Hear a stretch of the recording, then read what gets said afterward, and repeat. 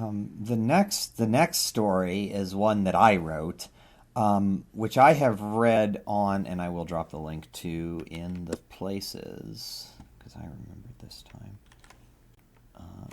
Wait. Oh, that was shit. That was the wrong place. Let me delete that. God damn it. Damn you, Discord. There we go. Discord, more like Piscord. Am I right, gamers? Ayo. Ew. Got him. Oh, I just Anyway. dabbed right now. I forgot this was a purely audio medium. It is. You have to narrate your dabbing. This. Okay, so sorry. This is a fic that I wrote. It's I believe. Does it take place? Oh no, it doesn't take place in one of my AUs.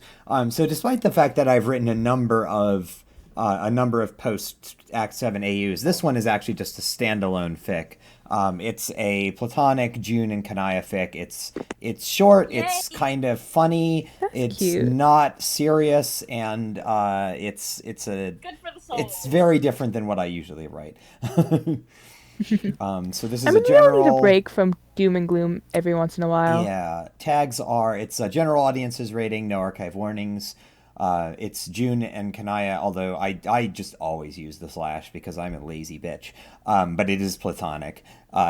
Tags are friendship, movies, freeform, movie night, platonic June Naya, platonic June Egbert / Kanaya Miriam, June Egbert freeform, trans character, trans female character, cultural differences, hanging out, Earthsea, Homestuck, and alternate universe canon divergence. I would like to read Kanaya's. Hilarious.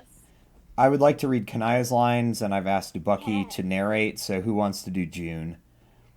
I have I've set it to night mode of the archives are on my phone, and I cannot read June's lines Can because you- of the color. can you Just, like, highlight does not text? contrast. I Can you highlight can you hit the text? hide creator style button Yeah, at the do top? that. Do Wait, that. hold on. Let me switch it real quick. Because the style is just coloration. There's no formatting requirement for it to be there. All right, I got it. Cool. All right, yeah. If you want to read June, that would be great. Sure, I'll be June. This is Um, badly described works of cinematic fiction. Summary: On the advice of Rose, Kanaya spends a night watching a movie with June in order to become better friends with her. But Kanaya promptly falls asleep during the beginning of the movie. What will she do? were you even paying attention? June Egbert's voice drifted in on the edges of the world, into the realm of conscious awareness. This fact was processed in the singular moment, and Kanaya Mariam realized that she had, in fact, been asleep. I was indeed paying attention to this Earth movie that we were watching. She smiled, a single fang poking below her corked mouth. A movie I absolutely remember the title and principal actor of. She could feel the suspicious gaze on her. Why'd you agree to watch the movie? The movies whose name that you definitely know with me. Rose suggested that perhaps I did not have a sufficient number of friends. Her specific observation was that while I have a great deal of acquaintances, I lack very many people that I am truly close to outside of herself. So you wanted to watch a movie with me, with me to be my friend? June grinned, her eyes squinting shut as she beamed at Kanaya. That's one of the sweetest things I've ever heard. Kanaya imagined that perhaps June's life had not been filled with an abundance of sweetness if that met her standard for one of the sweetest, but she refrained from saying it out loud. Instead, she simply smiled and replied. Thank you, June. June's face turned serious. But I still don't think you were paying attention. In fact, I think that you...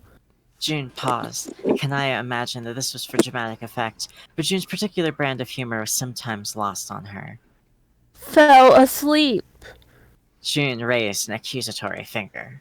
Such a suggestion is patently absurd, June. Kanaya nodded. I do not even know why you would suggest such a strange idea. Perhaps you are not feeling well. June winked at her, an expression she found oddly charming in spite of, or perhaps because of, its silliness. I'm fine as sunshine, Can. Just I too think much. it's so cute. I love that. It is cute. This was too much. Kanaya wasn't used to the human concept of shortening the name in various fashions, often in ways that were silly, verging on absurd. In truth, it had a kind of intimacy to it that made her feel uncomfortable. Because, in spite of her protestations to the contrary, Rose had a point. She didn't really have any friends. It was hard for her, hard to feel like she could open up to people. Even here on Earthsea, even here, after the end of everything, she still felt guarded.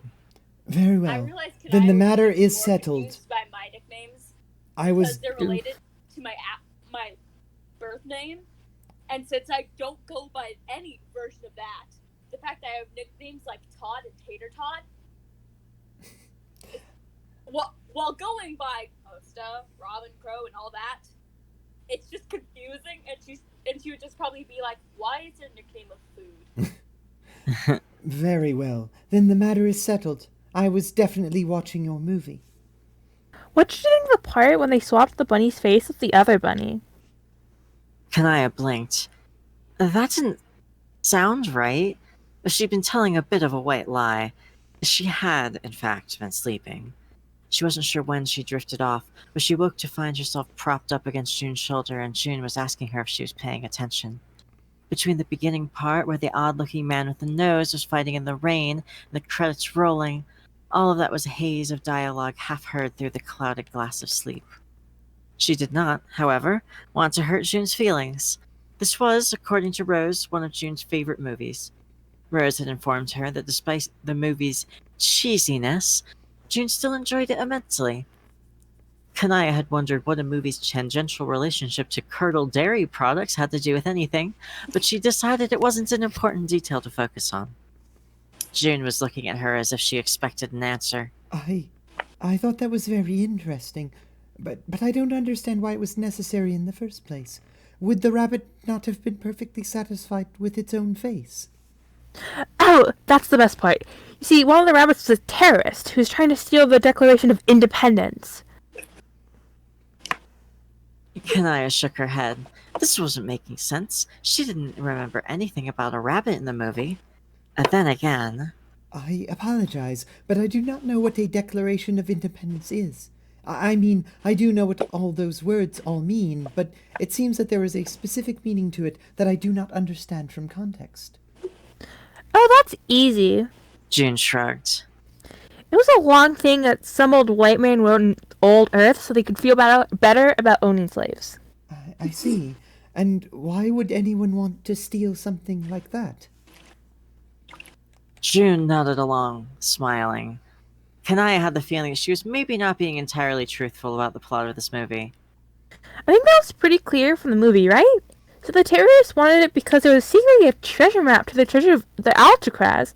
Really, Kanaya, it was all pretty obvious. That did sound at least a little familiar. Or maybe June had been describing the plot of a different movie she liked. It was hard to keep everything straight. As much as she honestly enjoyed June's company, it was hard to invest herself in some of the things the woman loved. Just like Terezi and the Flarp Club she'd started. While it made Kanaya good to see the people she cared about enjoying themselves, sometimes the idea of finding enjoyment in those same pursuits was somewhat elusive. I think I do recall that now, June, yes. I am most certainly recalling these facts. There was an old racist man who helped the younger, also racist man? Am I remembering the plot correctly? Your human movies are sometimes hard for me to follow. Which was complete nonsense, but Kanaya felt the overwhelming need to spare June's feelings. You sure are. June grinned broadly. Kanaya wasn't sure what to make of it. That was Sean Connery, by the way, the old racist, I mean. He played a spy who really hated women in a bunch of movies. People loved him for it. I do not understand human fiction at all sometimes.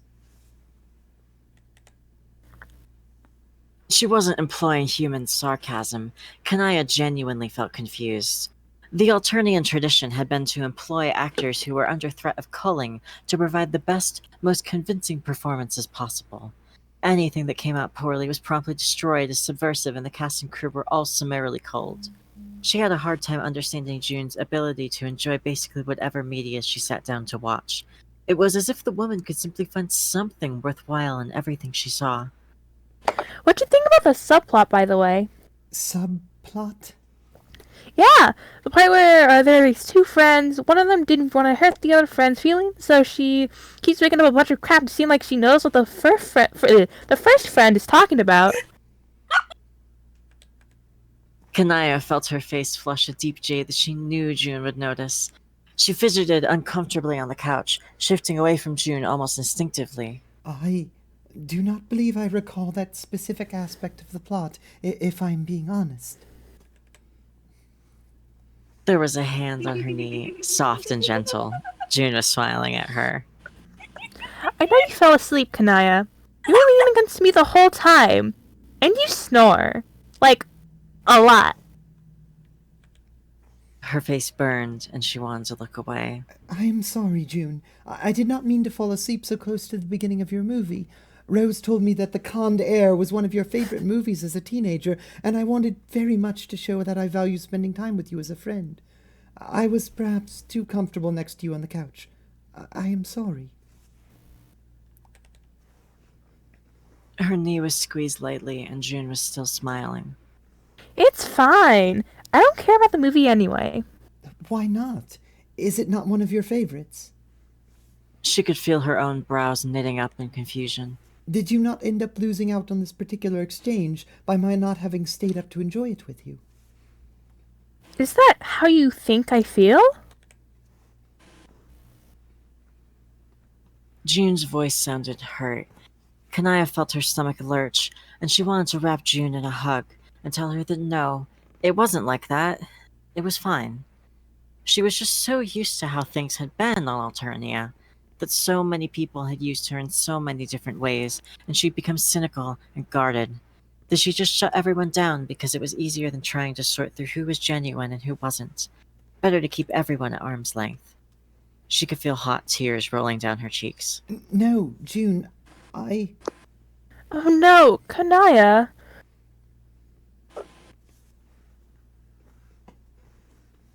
Damn it. And Kanaya felt her shoulders being wrapped in a hug. It's not... I'm sorry. Rose talked a little bit about how it used to be for you. I shouldn't have said that. It is perhaps Kanaya murmured into June's arms. something of a cultural misunderstanding.